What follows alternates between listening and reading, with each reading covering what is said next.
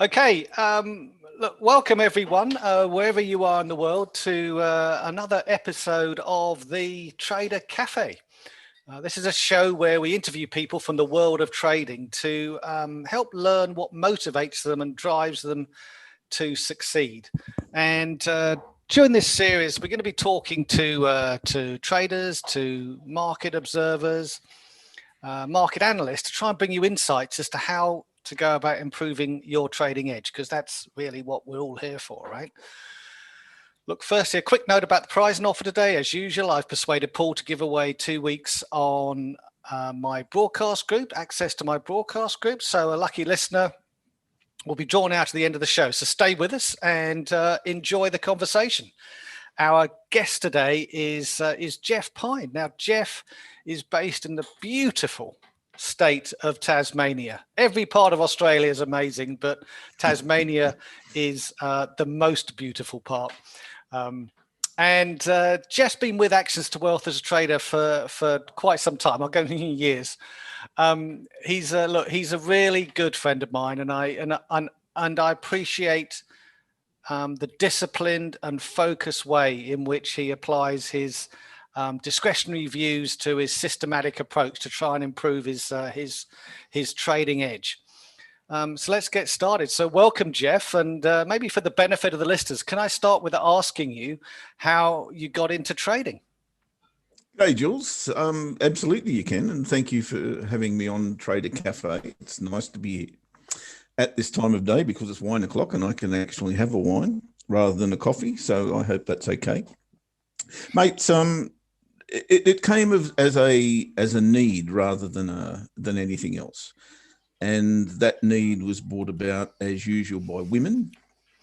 And no offense to the females who are listening, but us red-blooded males and lesbians have sometimes a little bit of a tete-a-tete with our opposites, and that was the case with my first wife.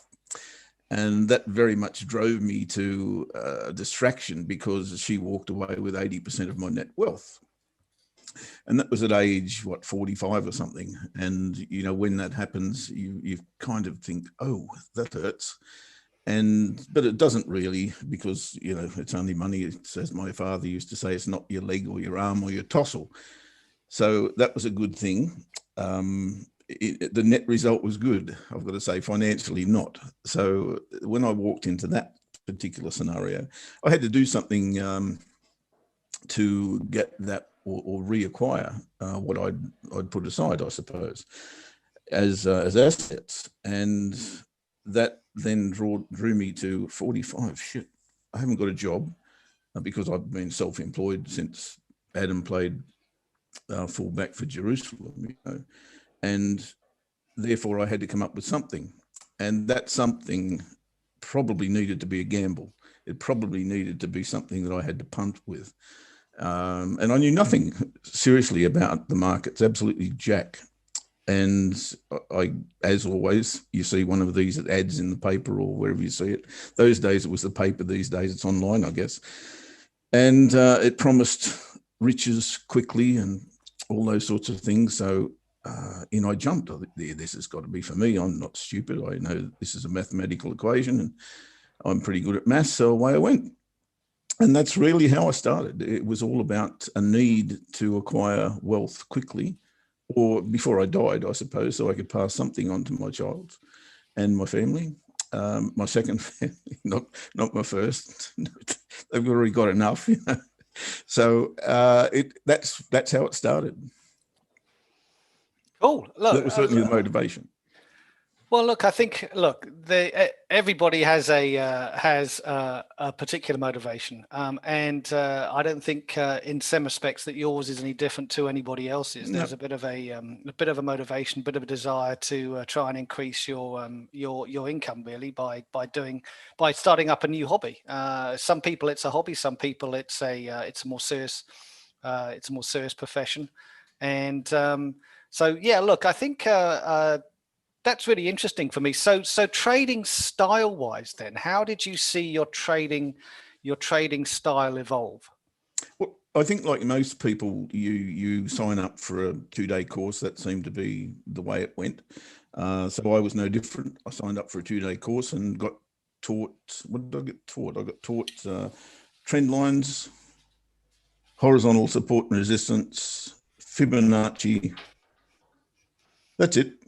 Oh, there are a few candle patterns out of Steve Nissen's book as well. We got taught a few of those. So that, of course, on the Monday morning, markets open, you beauty, let's go. Here's where we get rich. But I kind of thought, hang on a minute, what do I do with these? How do I actually apply things? I wasn't taught that part.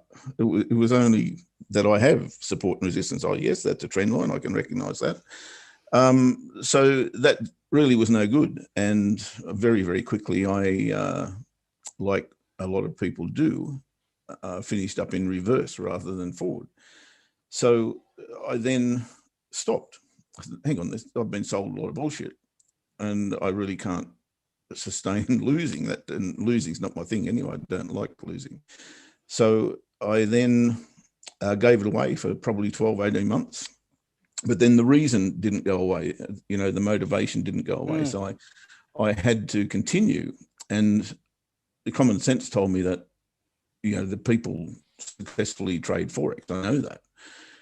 How do I get to that level? And I then came across a guy who was doing trade calls on Twitter, I think it was. And don't ask me, I wouldn't know how to run Twitter at the moment, but that's how that started. And they were really good, really good calls. See, and I thought, Jesus, this bloke knows what he's doing. So of course he puts up a course, his very first course, as a matter of fact. And I think his first sign up. I was his first sign up, and he taught me a system. And that system I still trade to this day, frankly, because it was such a great system. And in those days, seriously, Julian, and I mean, I'm sure we've all been through a purple patch of trading, but this was a bloody purple patch of trading. It was simply a matter of turning on the chart at 10 minutes before European Open or UK Open, waiting about half an hour or so till that first candle of London had gone through. If there's a setup there, you trade. If there's not, you don't. It was just a simple setup. And seriously, it was like picking the low apples off a tree at that point in time. And it just click, click, click, day in, day out. And I couldn't believe it. I said, here we go. This is exactly what I've been looking for. And look, that continued. That continued for a few years. No problem at all. And like I said, I still trade that to this day. I've made a few changes to that, to be honest, but system's still the basic core system. So when you first started then, I guess you could quite easily describe yourself as being a systematic trader, right? That would be where you could buttonhole yourself or pigeonhole yourself into, right? So what then, why have you then since that point added a discretionary element? What motivated you to do that? The system broke or slowed down. There's a reason. There's a reason. But it went into, I would say it went into pause mode because it still works to this day, as I said. And I think the reason for that was market circumstances. We had a global financial crisis on our hands. If you were trading trend to the downside in those days, you were going okay. But this was not a trend trading system. And through that period, I won't say it went in reverse. It just went into pause, and it was based on really breakouts. And interestingly, I've now turned that around to break-ins, as I call them, or the burglar trades. And it just stopped working for a time. Not wholly and solely, but as I'm sure everybody who's listening knows, systems work sometimes. And if you've got the right system and you trade it the right way and you manage it the right way, then you'll probably be a winner. But it came to a point where it was not winning. So I then had to work out why. I went into a period of research into that.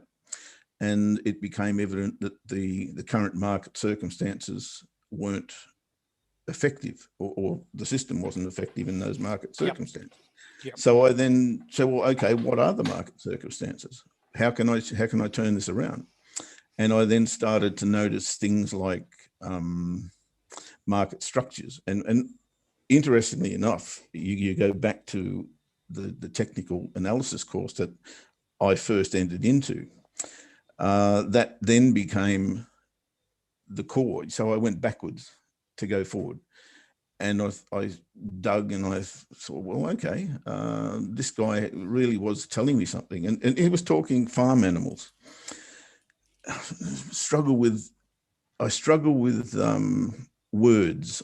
I struggle with anything that's not an image. If I get an image in my head, and I think this is probably a thing, or it's a left brain thinker, I think, the way it works. And if I don't see it, I can hear it. You can tell me 100 times, but if I don't see it, then I'm not going to be able to act on it. And that's what I had to do. So I had to take imagery on board, and that imagery became animals.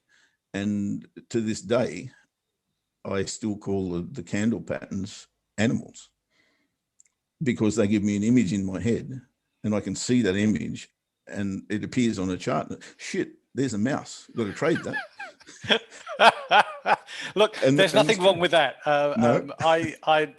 As you well know, sometimes I when I'm doing presentations, I have a relatively amusing side when I invent some candlestick patterns. Look, for me, there is nothing wrong, and this is the whole point, right, about trading. You've made some really important points in the last couple of minutes that I think are really worth reinforcing. So one of the things that strikes me about this is when you've gone from performance to flat, let's call the account flatlining, so just not getting anywhere, right? Some wins, some loses, like that. The philosophical basis for what you're doing hasn't changed, right? So the methodology, right, is going into, let's call it a quiet phase, to your point, a pause, right, that you used. Now, one of the problems that most traders have when they first start out in trading is they look at that and they go, well, I've got to switch now, so I've got to do something else. I need to pick up momentum trading, or I need to pick up a moving average crossover system, or another 74 different ways to trade, right? And they keep flitting from one to the other, right, trying to roller coaster their way through the latest, I'm going to call it fashion. So what's actually going on here is the market condition, the market state changed. Your methodology didn't change, and your methodology is still profitable. But what's happened is the market state has adjusted, right? And so I think one of the key learnings you can get out of this, traders out there, is to try and really think about what that means, right? And what this means to me is that what you need to understand is what market state you're in, right? That's incredibly important. Are you in a ranging market state, for instance? Are you in a trending market state? A ranging market state will be filled with false breakouts all the time. Right. Whereas obviously trending markets will tend to have that directional bias where it just goes bang and just keeps rolling up the curve, right? Or going down and keeps going down, right? Day after day after day, you see five, closes on the, higher closes on the trot. And trying to understand what that means and trying to understand those market states, I think, is a key part of experience of being a trader. And sometimes it's really difficult to identify it. But when you can get that, then applying the systems actually becomes a lot easier. Then you can say, well, look, the current environment to me there's no breakout high. And let's say the interest rates around the world happen to be the same. Okay, so how much of a breakout are you going to get? Well, you're probably not. There'll be a lot of ranging going on. And therefore, if there's a lot of ranging going on, then those systems will work really well in that environment. So for me, it's absolutely crucial to look at this and go, is there an opportunity here for breakout? Is it one of those type of market states where that's happening? Go and look at the commodity markets right now. Go and look at wheat or soybeans or, even oil, right? That's a trending market, okay? False breakouts aren't there. They're very rare in that market at the moment, right? For obvious reasons, because it's trending. So I think this is where some of this knowledge comes in. And I think what you've really highlighted is how that's happened. And I also love your approach, right? So this wasn't working. So I went back to basics and had a look. I think that's a key point and a key part of trader development, right? Is when things aren't going well. It's a bit like you ask a sportsman, You know, when your performance dips, what do? Oh, I go back to doing the basic things right over and over and over again until it comes back again. I know about that in my sport, golf, right? It's the same thing. You check your fundamentals all the time. Am I aiming in the right direction, right? The usual stuff, right? Am I gripping the club right? This is the key stuff. You know, you're not trying to tweak things. And I think this is the core of trader improvement, is getting this going back and rotating round. Oh, I've learned something new. That's interesting. That's interesting. Oh, no, that's not working so well. Right, back to basics again. Well, I need to stick to my system, stick to my knitting, know what I'm doing, and then I roll forward with a little bit of extra experience. I can't stress enough to people out there, guys, if you're listening to this, that Jeff has just, I think, described the best way for the cycle of trader improvement that you can ever come up with. It's the same, as you say, the sport, you know, my sport for many years was golf. In fact, my teachers, we had our high school used to overlook the Musselbrook golf course in the Hunter Valley of New South Wales. And most days I would sit at the window and I would not listen to whatever was being taught to me, of course. I was looking at the first fairway, thinking that shivers, if I drove to there, I'd have to hit a 7-iron. If I drove to there, it'd be a wedge. So why don't I just try that little bit of extra distance? And, you know, that analogy has kind of stuck with me all the time. You know, why can't I do that? Why isn't this possible? Let's explore that. And as you say, the going back to the basic part of it is, okay, you're going to drive off that first tee and get to that point so you can play your wedge or you can play your 7, whatever the case may be. And I think this is very much, you know, a methodical approach. And, you know, I never thought that would be the case, because I thought this system was so good and it just kept producing. You know, it was the gift that kept on giving, frankly, until it didn't. And then, as you say, we've already covered that ground. We went back to basics and came up with a completely different view of the market. And I've got to stress, you know, around that time, that if I wasn't surrounded by a few of our very nice friends, that would have been a far more difficult process, because we are in a situation here in this room, you know, where we can reach out and get the help that's required at that time. You know, trading is a very lonely thing if you're going backwards. Absolutely. Look, I completely agree with that. And that's one of the beauties of Actions to Wealth, right? Is the fact that you can reach out to your coach, you can reach out to your colleagues and your friends. And one of the reasons why Bali, I think, has been so successful as a retreat over the course of the last few years is it's brought 100%. People together, right? It's brought people together who can talk, not just the coaches as an opportunity to get together on their once a year meet, but also the students as well too, to be able to understand how people interact. And to see a trader in action, I think, is always incredibly valuable from an educational point of view. So also on that point, the traders themselves get far more out of it, I think, than do the people who are there, because, you know, I mean, I do it every day anyway, so it's not a huge issue for me, but trading in front of people is something that, you know, traders don't normally have to deal with. And if you're under pressure to have to perform, that's a different ball game altogether, completely different ball game. And to be put under that circumstance is very, very therapeutic. Interesting. So in terms of your daily routine, what for you would be the most important part of your daily routine?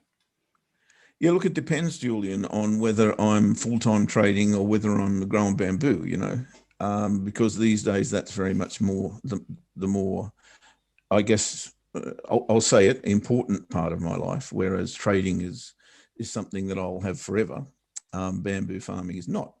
Bamboo farming is a quick turnaround investment thing, you know, but the timing's great, and so I've got to put in when that time is right, like everything, you know. So at the moment, I would call myself a casual trader. And for that reason, I'm extremely defensive in my trading, because I know I'm not applying enough time and effort to it. Holy shit, that's a big cup. just the angle, angle, mate, honestly. It's a very small me. So hang on a second. Let's explore Yep. this, right? So when you say defensive, what do you mean by defensive? Maybe you could explain that to people. Sure. It's a case of not trading smaller timeframes, for instance. Now, I know that we trade the London Open, Ash and I, in our show every day, but rarely these days will I take a 30-minute trade, because that requires far more concentration, because the market's moving at the time. And you've got to then be, I mean, the system that I use to trade 30-minute charts is fairly much ironclad in that I either take a trade when that circumstance occurs or I don't. So that's really not an issue. But sometimes there might be an unexpected event or an unexpected circumstance that will say, oh, shivers, I didn't see that coming, but here it is, I better trade it. And, you know, if you're not on your game, then you can get yourself into a bit of trouble on smaller time frames with tight stop losses. So I tend not to do that when I'm not on top of my game. You know, when I've just worked for 10 hours in the bamboo field and come inside and I've got 10 minutes to prepare for a show, I tend to go more into, okay, let's have a chat rather than let's trade, if that makes sense. So I'm more on a daily, weekly, even monthly basis. You know, I trade on a monthly chart, and that's far more relevant to the circumstance than I'm under at the moment. But when I'm full-time trading, then I love the 30-minute charts because it's exciting.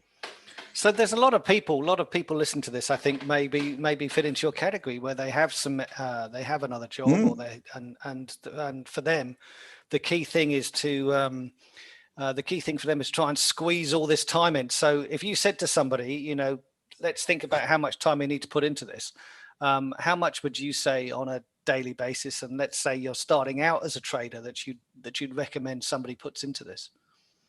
Look, I don't think there's any substitute for time in front of the charts. I think if you study price and what it does at which time of the day, as a result of this news event, as a result of the market sentiment, then that's how you learn. In my opinion, you learn live. And if you're not in front of the charts at those times and you don't witness what that particular, in my case, currency pair does, then you're really missing out, because that's what really ultimately will give you your good entries and your good management practices, because you should know that at, you know, half an hour before a news event, you're in a precarious situation because the market's going to do this sort of stuff, and you might be taken into a trade you don't want to be in. The spreads might go out and your entry might be too tight and you've taken in and you've got no control over it. So, you know, if you're not aware of those particular things, and the only thing that will make you aware of those particular things, in my opinion, is to be in front of the chart. So that said, gee whiz, you can overanalyze, you can get terribly bored in front of your charts. If you've got a system that's trading 30-minute charts, you don't need to be there, except, you know, maybe 2 minutes before the half hour and 2 minutes after the half hour. You know, piss off and go and have a drink, or a coffee. Might be a bit early in the morning for some people in the London Open. Go and have a putt around the golf course. It's 12 o'clock somewhere. Yeah, it's absolutely. It's all true. Cool. Now, there's a very strong tip. Do not drink and trade at the same time. I can thoroughly endorse that as well too, obviously. What about so worst trade, best trade? What's the what did you learn from both of those? That's a very good segue, Julian, because the worst trade most definitely was, and Paul B's in the room. He'll probably recognise it when I actually say this, because it was on a not sure how I should put this.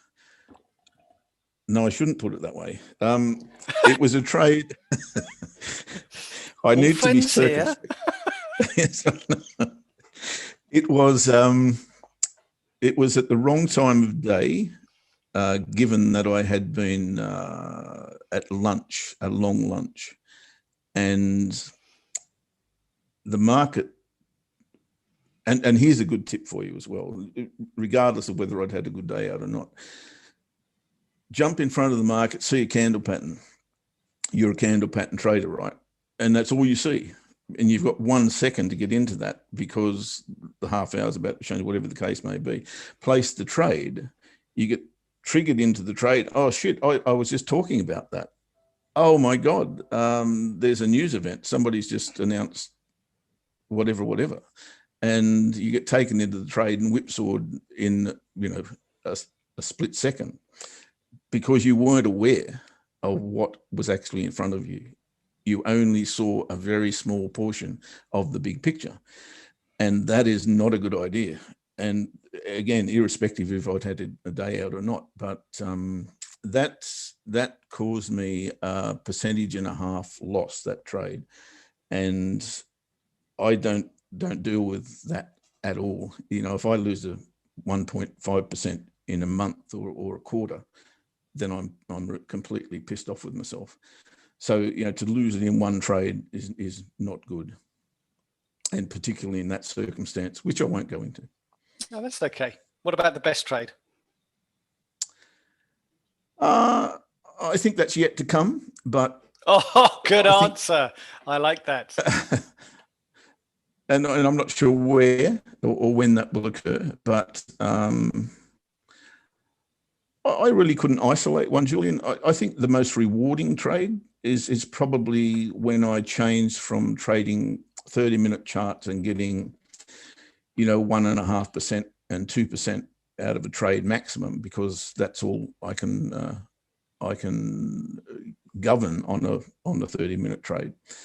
When I started to get things like 10-to-1s and 5-to-1s, and I think that's probably the transition that I needed to have to actually understand that I could do that and actually put that into my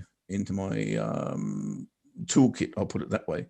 And going back to the point that we raised earlier, I think that came as a result of having friends around me, and Barley is more than a part of that. There was a particular trader who spoke on that day, who shall remain nameless, but his initials are Julian McCree.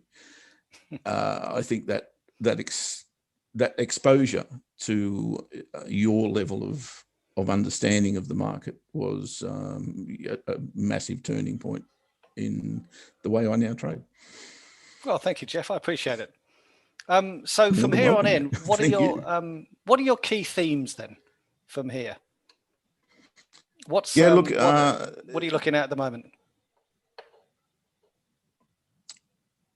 Because of what I said before, it's now actually a day, week, month exercise where I'm noticing only structures, market structures. Now, what I call a market structure and what other people call a market structure are probably two different things, but they could be a horse. Again, going back to imagery, it could be a triangle, it could be a rectangle, it could be, I don't care what it is. If the market's bouncing off this point and going to that point and going to that point and going to that point continually, then what the heck? I know it's going to do that again. Nice. So it's as it comes. It's a no-brainer. And you also now have me into, I know I've talked about purple cows before. I'm now going to have another rethink about farm animals. Why don't we, before we go to rapid fire, why don't we just take a quick 2-second break? And Mai, if you wouldn't mind spinning the wheel of fortune for those people who have been listening in. I know that this is recorded and goes out to many more, but just for the people who've been listening in today, let's see if we can give the prize away to my broadcast group.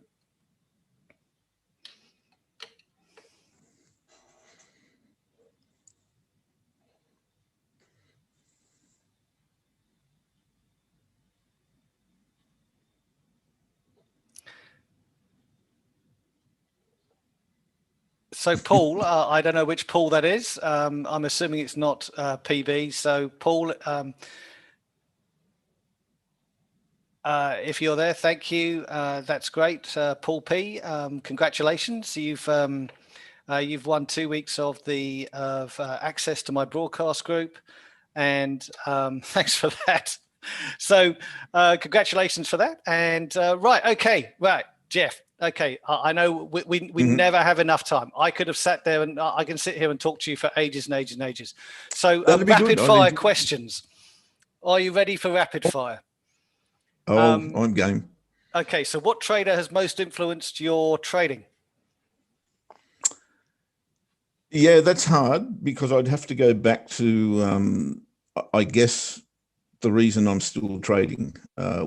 And there's three of those, but I'd have to go back to the first one.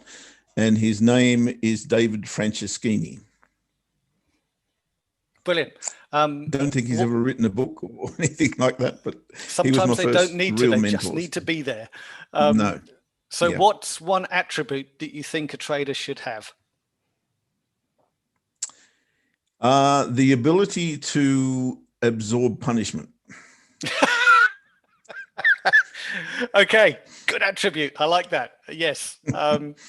What's your favorite indicator in trading? Oh, a daily pivot. Ah, awesome. Joe Biden, savior or caretaker?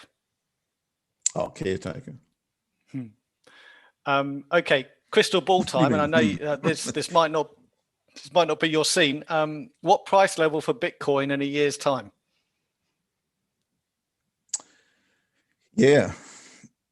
Believe the hype or believe yourself. I'm going to go with 10,000. Oh, radical. Like it. Okay. Last question. In a speed eating food contest, what food would you choose? We're all going to remember this, by the way. You didn't know that I had already won 2 food eating competitions, did you? And I did not know that. So that one. Okay, so now you're an expert, right? Yes. At age, I think it was 12, I won an ice cream eating competition, which was live on radio in a town hall in Muswellbrook. And I think at age 20, I won a pie eating competition in Denman in the Hunter Valley. So there'd be neither of those because both of them caused me to regurgitate. I think I would go with something a little bit sweeter, like a Lamington. Okay, brilliant. Thank you. And look, thanks, Jeff. And this week, that's all we have time for this week, folks. As usual, time runs away from us with this show. So look, as always, if you have been, thank you for listening. Thank you, Jeff. And Cheers, we're over to Paul in the TTR show in a few minutes. See you next time, folks. Thanks.